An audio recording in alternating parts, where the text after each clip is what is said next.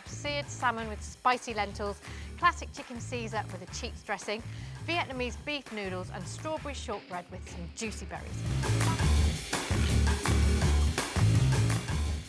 A lot of people hear the word salad and instantly turn off. They think it's going to be boring, that it won't fill them up, but the truth is actually a great salad can be whatever you want it to be. And what we're going to do here, we're going to do a seared salmon and lentil salad. Yep. Which is, so lentils are very, very good for you. Fish, very filling. It's a proper main course. A lovely chopped salad. Yes. I'll just get some stuff from the larder.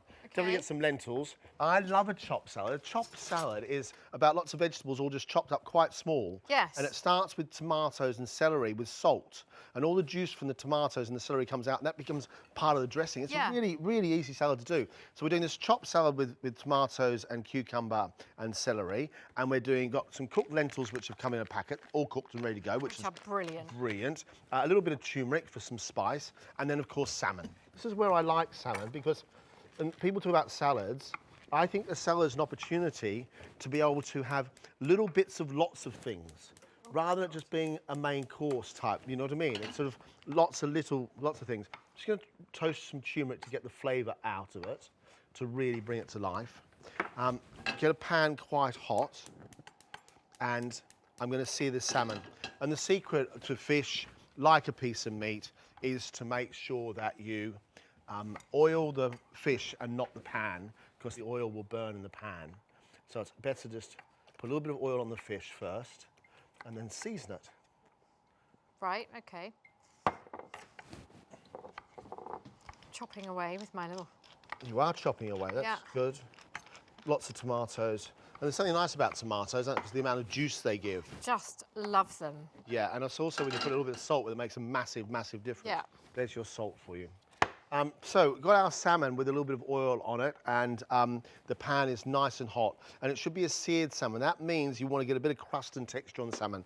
And it means just putting it flesh side down first and foremost into the pan, not skin side down, and really let it sizzle, let it sear. The salmon itself can still be pink in the middle.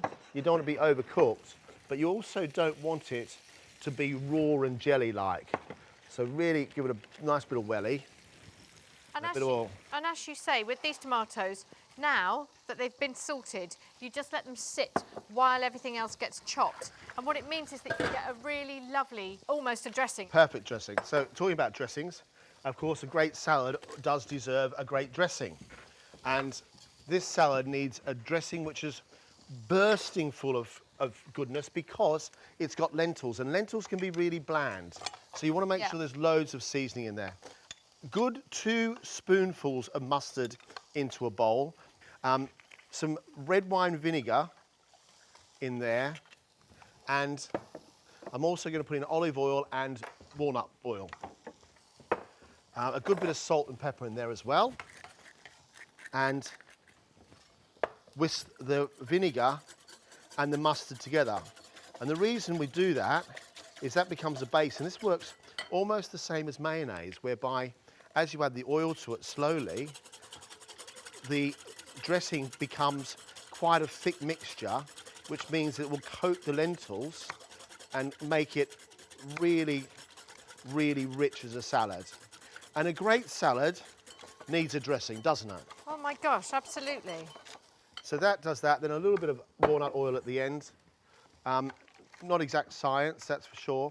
But if you do that vinegar and the mustard mixture together at first, you can see now that's really lovely and thick, almost like a mayonnaise mixture. Gorgeous. And that is a great dressing. Give it a little taste. It's punchy and it's really sharp, and it needs to be really sharp because lentils, our vegetables all together, they need that really strong dressing, and of course the salmon as well. You can see now the salmon has started to change colour on the sides, and it's gone from being an uncooked looking piece of salmon to a cooked piece. Turn it over and you'll see lovely colour, lovely dark, rich colour of seared salmon. And that seared salmon will then break apart in our salad, but you get the texture as well as the flavour. Is that enough? Do you want any more? No, that's loads. So into that, what we need to do now is we need to put our lentils and we need to put a little bit of our dressing. Into the dressing, a bit of turmeric. Into our salad, a bit of turmeric. So it's become a little bit more spicy. And then a bag of lentils. A nice bag of cooked lentils. And these are brilliant. I mean, you don't even have to drain these. They're No, just... they're fantastic. And I'm all for what I will call a convenience item. I think if something is done very well, like lentils, why, if you haven't got time, this means you can actually do this very, very quickly. Oh, and then into that, great. we're going to put a little bit of dressing. And you see how thick it is. And that little bit of dressing there helps. We're going to take a little bit of coriander, chopped coriander, and just chop that. And in the fridge, we've got a load of watercress. So already our kitchen is starting to smell like summer. And it's funny how the salmon and the smell of the salad actually seem to go together really nicely. It really does. Then put that on the base of the plate. And then what we're going to do is just take a little bit of the salmon here. I love watercress. Actually tastes so peppery. And what is if you take the piece of salmon here now, and you'll see it's starting to fall apart already. So just take it onto a board, and then with the back of a knife, just take that piece of skin off. And there's a bit of skin there, crispy skin. And you want to make sure the skin just peels away nicely. That tells you the salmon has been cooked. You can dry that skin out. Well, I'm going to do that Yeah, actually. put it in the I'll put it in the pan pan and and crisp dry. it up. I'll do that. I like to take the bloodline out because it's that brown bit, which is a little bit bitter, but it's not necessary. You don't have to do that if you don't want to. Take that away. And then what should happen is your salmon just falls apart in lovely shards, lovely pieces of salmon, just slightly, there we go, just nicely cooked. The thing is, you want your salmon to be slightly pink. You don't want to be overcooked because what will happen is it will cook all the residual heat as well. So you want it to be slightly pink. And you want to have a little bit of colour to it so that as it cooks, it doesn't go dry. So we take now our lovely piece of salmon here. We put a salmon across the top like that. And then this skin, because you said put it back there, I'll let you chop that up into little bits. And then that could be, put that across the top. Just pat it dry. So the skin itself will go very crispy, and by putting it back in the pan, you've actually got a lovely piece of crisp skin. Do the same with this piece here. And you can use the skin as a garnish. So you use all your salmon. So this is not the salad as we know it. It's not like lettuce in any way at all. Watercress, lots of chopped vegetables, big rich dressing, seared salmon, the skin, pepper. It's a vibrant, lovely, lovely plate of food. A proper main course. It really is absolutely delicious. With a Caesar salad, there are obviously classic things that you're meant to do and meant to have, and you know exactly how they're meant to be served, whereas I just chuck it all in a bowl. Well, there's the whole question as whether it should have bacon or not in it, or pancetta in it, whether it should have chicken in it or not chicken in it, how the dressing works, what lettuce is being used. Yeah. Would you fry those little pancetta cubes for me? Okay, I'll fry. I'm putting pancetta in mine. So the main ingredients are Chicken, pancetta. I'm using baby gen lettuces, and then parmesan and mayonnaise and stuff to make my dressing, which is going to be anchovy fillets and garlic. The other thing that you definitely need are croutons. Oh, and I love Lovely a crouton. You do love a crouton. I do love Lovely croutons. crispy croutons. And I think they're the things that make, for me, a Caesar salad. Those lovely either baby gen or an iceberg lettuce, bacon and croutons. Classically, apparently made with romaine lettuce, which is very... So all these people, when people go, oh, that's not a classic, that's not a classic. Guys, we're not professing to be a classic. No. What we're going to show you is how to make a really good Caesar salad that we think is delicious at home. Simple as that. And the bacon bit is really important because it's going to add for the bacon and it's also going to act for our croutons. Yes. Start your bacon, your pancetta, in a cold pan, not a hot pan.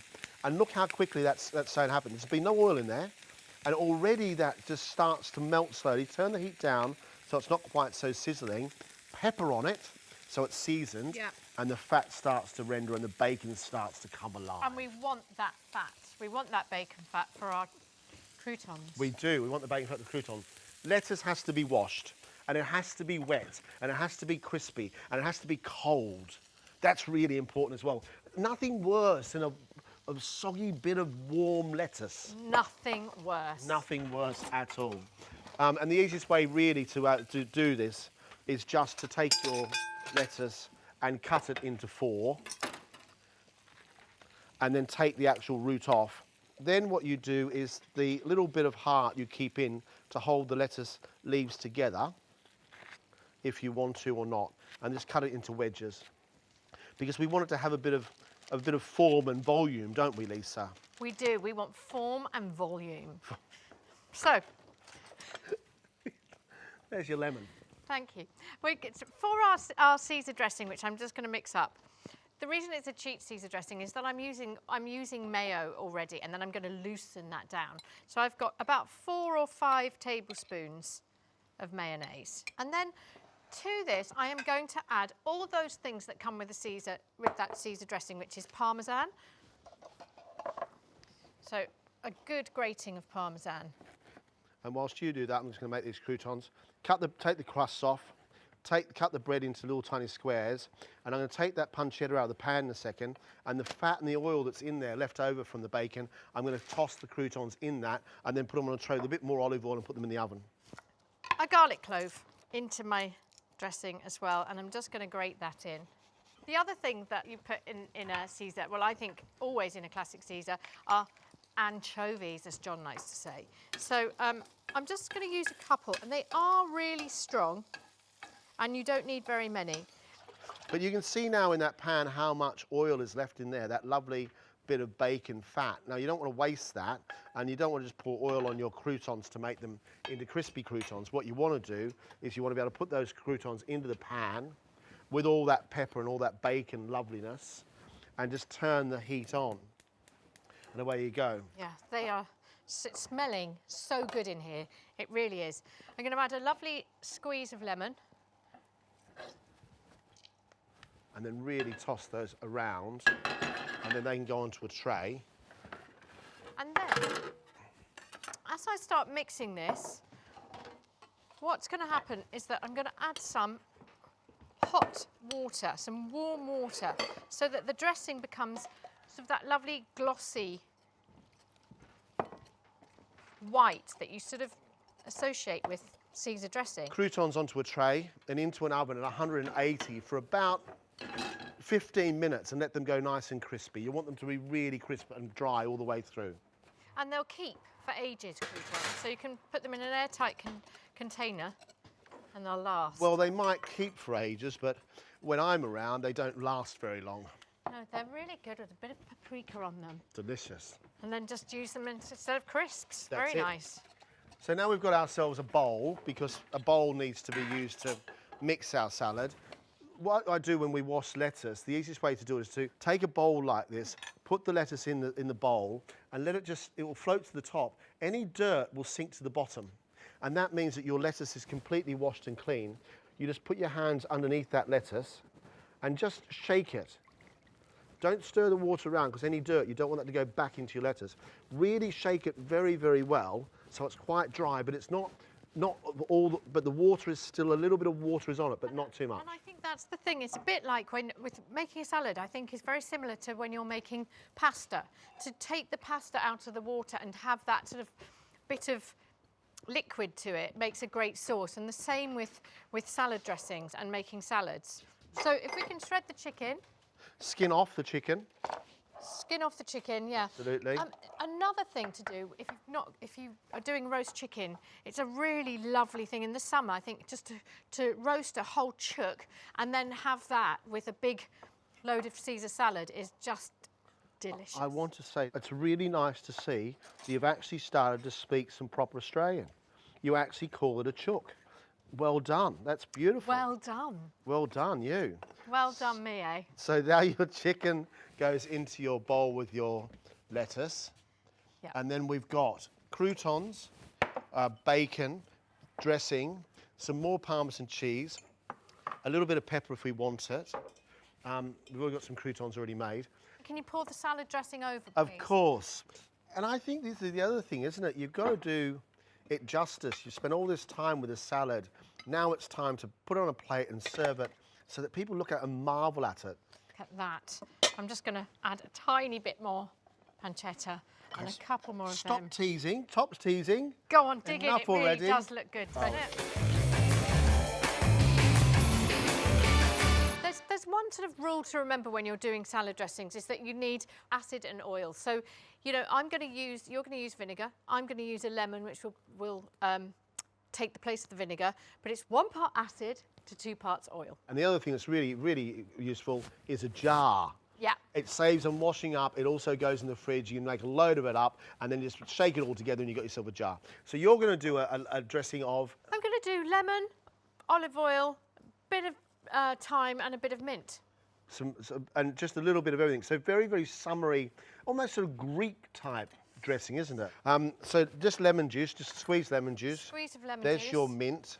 And then you're going to put some thyme in there as well. Yeah, so I've put my lemon in my jar. I'm going to add some oil to this, just by eye. And the other thing about these dressings is because you've got oil and you've got vinegar, they will last a very long time in your fridge. They will. A little bit of salt. So you can make quite a lot up, and it's not really just about, you know, quantities. The proportions are what's interesting. So you make a quantity up, and then you've got it in the fridge all the time. And just shake. Shake, shake, shake. Shake, and you see it all thickens up, emulsifies, and you have a beautiful dressing, or as Jono would say, a beautiful Beautiful. dressing in your jar that keeps in your fridge. So this is lovely over fish, a lovely lemony dressing over fish in a salad, be beautiful. Yeah, so for me, a salad dressing has to be really potent. And this is my classic French dressing. It is 2 big spoonfuls of mustard. I mean, 2 really big spoonfuls of mustard. 3 good-sized spoonfuls of red wine vinegar. And then half and half olive oil, and then a grind of pepper and a grind of salt, Melissa, please. Olive oil to give it some pepperiness, and then veg oil or rapeseed oil, because the oil itself can be a little bit too strong. Yeah. And then, so if you look at that lovely colours in that jar, and you look at that and you can see the proportions quite easily. You can see the mustard and the vinegar versus the oil, and you can see how it's like double the amount of oil as there is the actual vinegar and mustard. Take your spoon out, then act like Tom Cruise in Cocktail, and literally just shake it. Make sure the lid's on properly. Really shake it.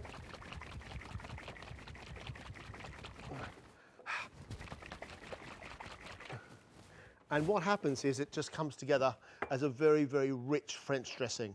So there's our 2 classic zesty dressings. Yes. And then we're going to make a sort of Asian dressing. Great with noodles, great with a bit of fish. And again, this will last for a really long time because the main ingredients are soy sauce, which is fermented anyway, and vinegar, which is fermented. Soy sauce giving you the saltiness. So it's a good slug, good glug. But you sort of do 2 to 1, don't you?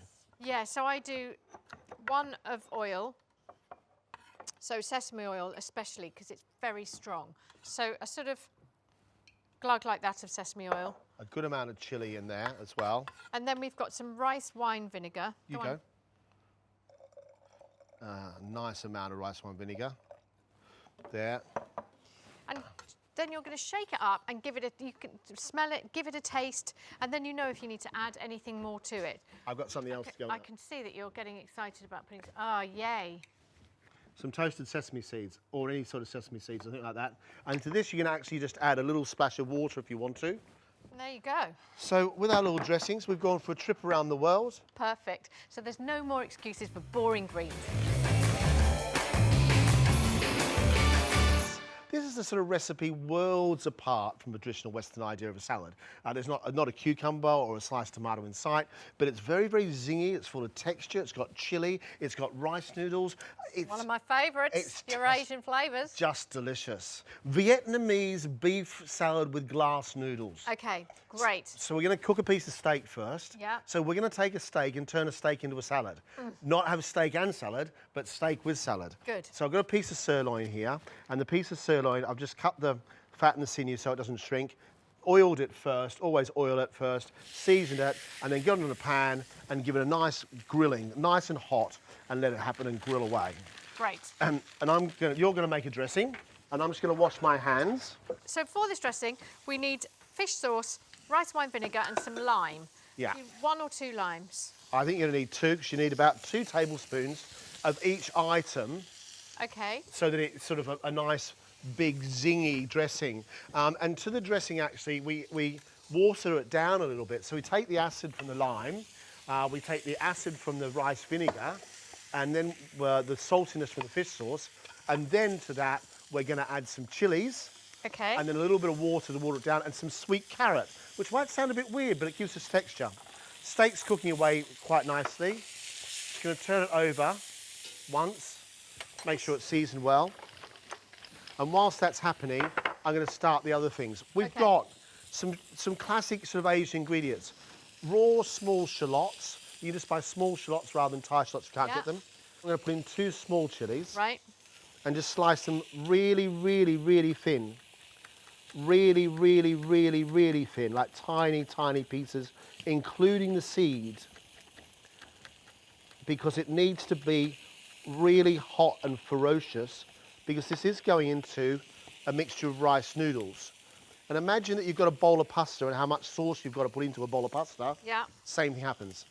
So in goes your chilies into your dressing. Okay. Let me scoop those in with my scooch those in there. lime. And then I'm going to slice some shallots. We've also got my hands. some mint, some coriander, and a bit of Asian basil. Asian basil you can buy at supermarkets. Normal basil works just as well, that's fine. Just going to turn the steak and make sure it's cooked almost all the way through. So little sliced shallots as well. So also, to this now, I'm going to add 2 tablespoons of rice wine vinegar.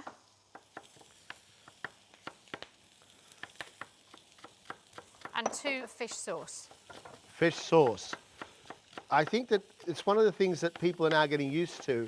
A lot of people didn't have fish sauce. It is very strong, it's very salty. It's very strong. So we've got a bowl here to make our salad in. We're going to put in the raw shallots.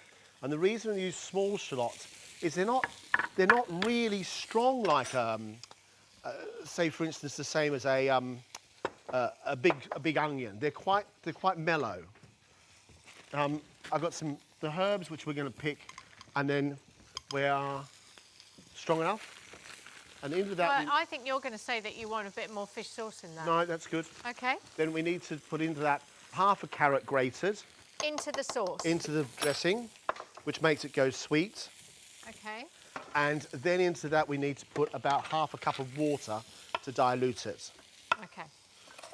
I'm going to put in some green beans and cut them into sort of, I suppose, not small pieces, but little pieces. Take the ends off. Now this carrot's a big fella. Is that enough? That's perfect. Lovely. It's funny with carrot. And into our dressing? Into the dressing. And that automatically cooks that carrot because of the vinegar and the lime juice. It automatically softens that carrot and will soften down very, very quickly. Beans now go into the bowl with our shallots. And you need to put some water in that, about half a cup of water. You see the beef's now starting to really colour properly. Half a cup of water in there. A bit more? Yep. There we go. Fab. We take our steak off the heat so it's still quite nice and rare. And then with a pair of scissors, if you ever use rice noodles, what you do is you take boiling hot water and you put it over across the top of them. Don't put it into a pan and cook them. You just pour the boiling hot water over the top and then drain them, and they become very long and really difficult to manage. So in Asia, I learnt this trick. Great trick. So you put your beans and your shallots inside the bottom of the bowl. You take your rice noodles and you just simply cut them into smaller pieces. So that's all done. We're going to need all those herbs picked, my Lisa. Okay. So coriander, mint, and basil. And Thai basil. And you pick it and then you sort of tear it just a little bit, but keep it all separate for the time being. The herbs are the last thing to go in. So into that now. So I've spent many a night sitting on the edge of our little kitchen bar with a glass of wine or a beer, picking all of John's herbs. The herbs thing is really, for me, I think it's one of the things that really makes Asian food come to life. And now I'm going to take this steak, this piece of beef that we've cooked already. But I think if you get a really good steak and you take the steak and you cook it very, very well and you cook it properly and you just serve it, I think that's plenty of food. Yeah. So what I'm going to do now is something which might seem a little bit odd, but I'm going to put this back on the grill.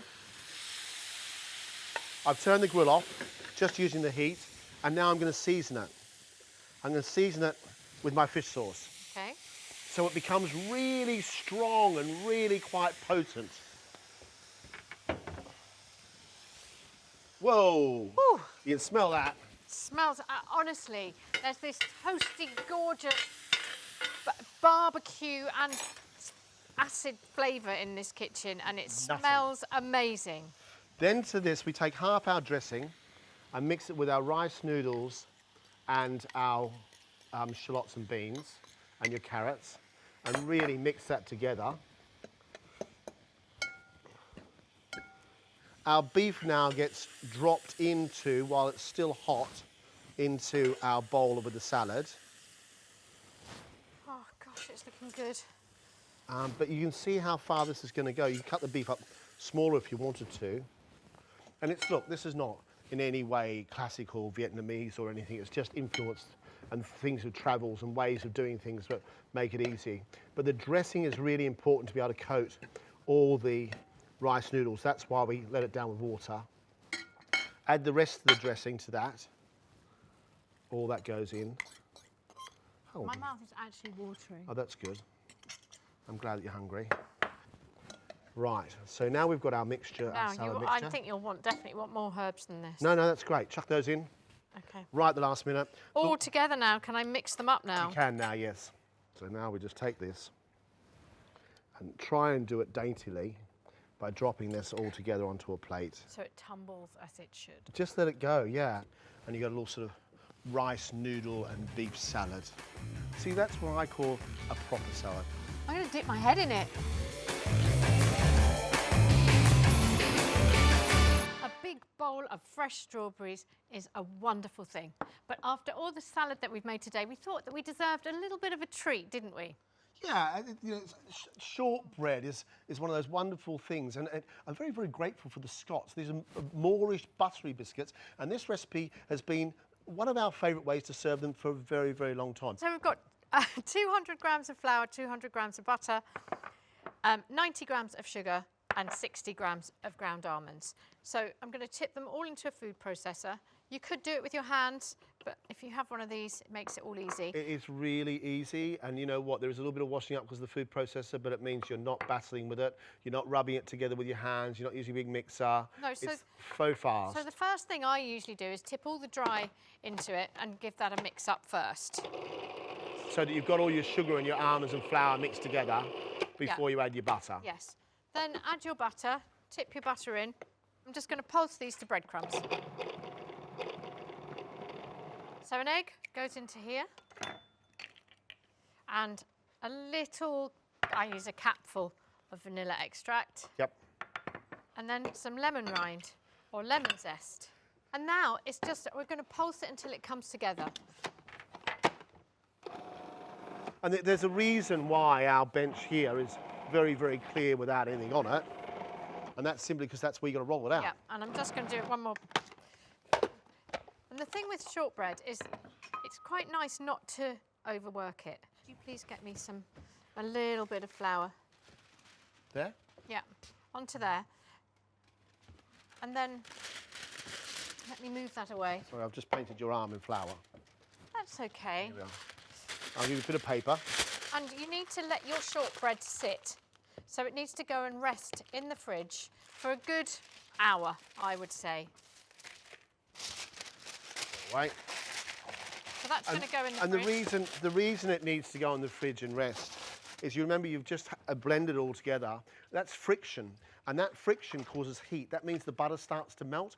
And if you start to roll them out now, the butter melts too much and your biscuits will fall apart, or they'll run too much on your And they'll spread. on the tray. They'll spread too much on your tray.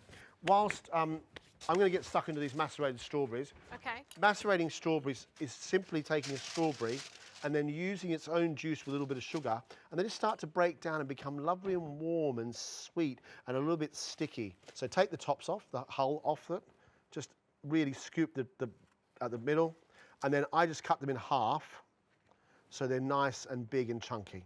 I'm just going to put a little bit of extra flour here. So that's a dough which has been rested for an hour my already. dough has rested in the fridge for an hour. And when you roll out your shortbread, it's a good idea to do it fairly quickly. Then put some icing sugar on our strawberries, a really good amount of, so it just covers them, and then just toss them around in that icing sugar, and let them sit somewhere warm for a good 20-25 minutes. So we're now going to make some little heart shapes like this, and then on top of it I'm going to put an extra heart, a small heart like that, and then you get these lovely, you can put those on the tray. Yes. And we're going to get 3 of these. Well, you need to do 6 anyway, don't you? 6 bottoms and 6 tops. 6 bottoms and 6 tops. Give me the bottom. It's just a little bit of fun to do something different, and actually with the children you'll find that if you do stuff like this, it's a really nice thing to do. And actually when you come to Christmas time as well, they're really good to hang on the tree if you make a little heart like this. You've got plenty shortbread, and they are going to be in the oven for about, how long, Lisa? 15? I'd say 190 for about 12 to 15 minutes. Now, a little tip. Before you bake these, put them in the fridge for about 20 minutes, half an hour, so that they just firm up and it will stop them from spreading. Our shortbread are cooked. Our strawberries have been macerated, so they're just starting to soften up a little bit. And we've got ourselves a little bit of whipped cream because we're going to make a nice little pretty short cake. Yes, we are. So I think we're probably... You're going to go for 2. So now we're just going to put a bit of cream, little sort of splodges of cream on the actual heart itself. But it's really easy. We haven't even got a piping bag in there, so you just literally blob it on it, and it really looks very pretty. Well, you've just got your strawberry. You'll see they're glazed really nicely. Put those on. So from a strawberry and a couple of bits of shortbread, you have got this sort of wonderful looking dessert, which is just very, very, very pretty. I need to want one more there. Look, yeah, we need one there. Yeah. So you sort of put the pointy end facing outward and the cut end on the inside, just so that you can sort of see them when you close it down. Okay. There we are. There's one. I'll wash my hands. There's some icing sugar there, Jono. Just a little bit of sugar. Don't forget that your strawberries are already macerated in sugar already. Your shortbread has got quite a lot of sugar in it. You don't want to be too sweet, but it should just look quite pretty. So I'm going to put a little bit of cream in the bottom here like this, so you can still see the strawberries. Yeah, stack it up. And then we're going to put this little thing here, like that, onto there. Ah, there you go. And that one does the same, just like that. And we'll get ourselves little strawberry heart-shaped shortbreads. Beating hearts. It looks almost too pretty to eat. Almost too pretty to eat, but not quite. I'm going in. But before I do, it's goodbye from us today. Thanks for being here, and see you next week. See you then. Delicious, Jono. I'm going to try this one now.